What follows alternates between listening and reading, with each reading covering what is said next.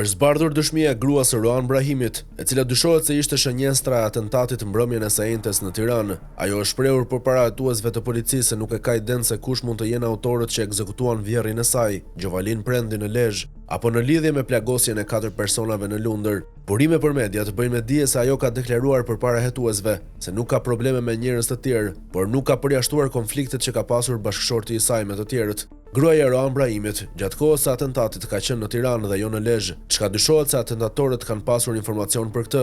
Mësohet se ajo nuk i ka marrëdhëniet e mira me familjarët e Roanit. Si ndodhi ngjarja? Në Tiranë pas shkuar ora 22 e mbrëmjes, një automjet furistrad u qellua me breshëri plumbash.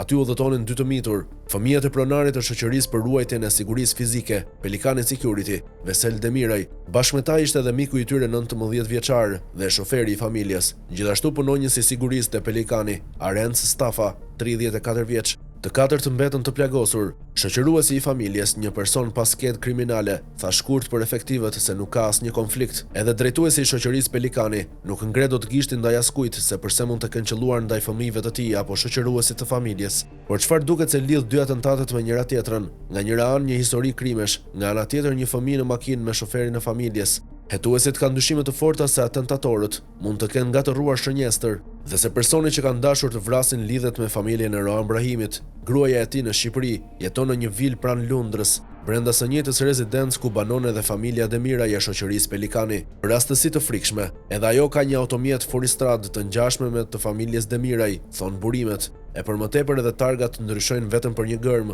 Atentatorët mund të kenë lëshuar breshërinë e plumave ndaj automjetit ku udhëtonin fëmijët e Demiraj. Shoku i tyre e shoferi, duke besuar se është bashkëshortja dhe ndoshta 2 fëmijët e Roan Brahimit. Nëse hetuesit qëndrojnë në këtë pistë, qëllimi i atentatorëve qartazi mund të ketë qenë për të shuar brenda ditës të gjithë familjen e 32 vjeçarit të vrarë në Athinë, baban, gruan e fëmijët. Roan Brahimi, emri të cilit duket se lidh 2 atentatet në Lezhë e Tiranë, njihet si rivali i Ervis Martinajt, bosi të zhdukur të lëreve të fatit. Me të konfliktet besohet se i ka pasur pikërisht prej basteve sportive në 17 korrik të 2022-shit. Brahimi dyshohet se u hakmor duke i vrarë kushëririn e Ervis Martinajt, Brillant Martinajn dhe 2 të tjerë. Për këtë ngjarje, Brahimi ishte shpallur në kërkim policor dhe nuk ishte kapur derisa e vranë në Greqi, në sy të partneres dhe fëmijës që ishte me të.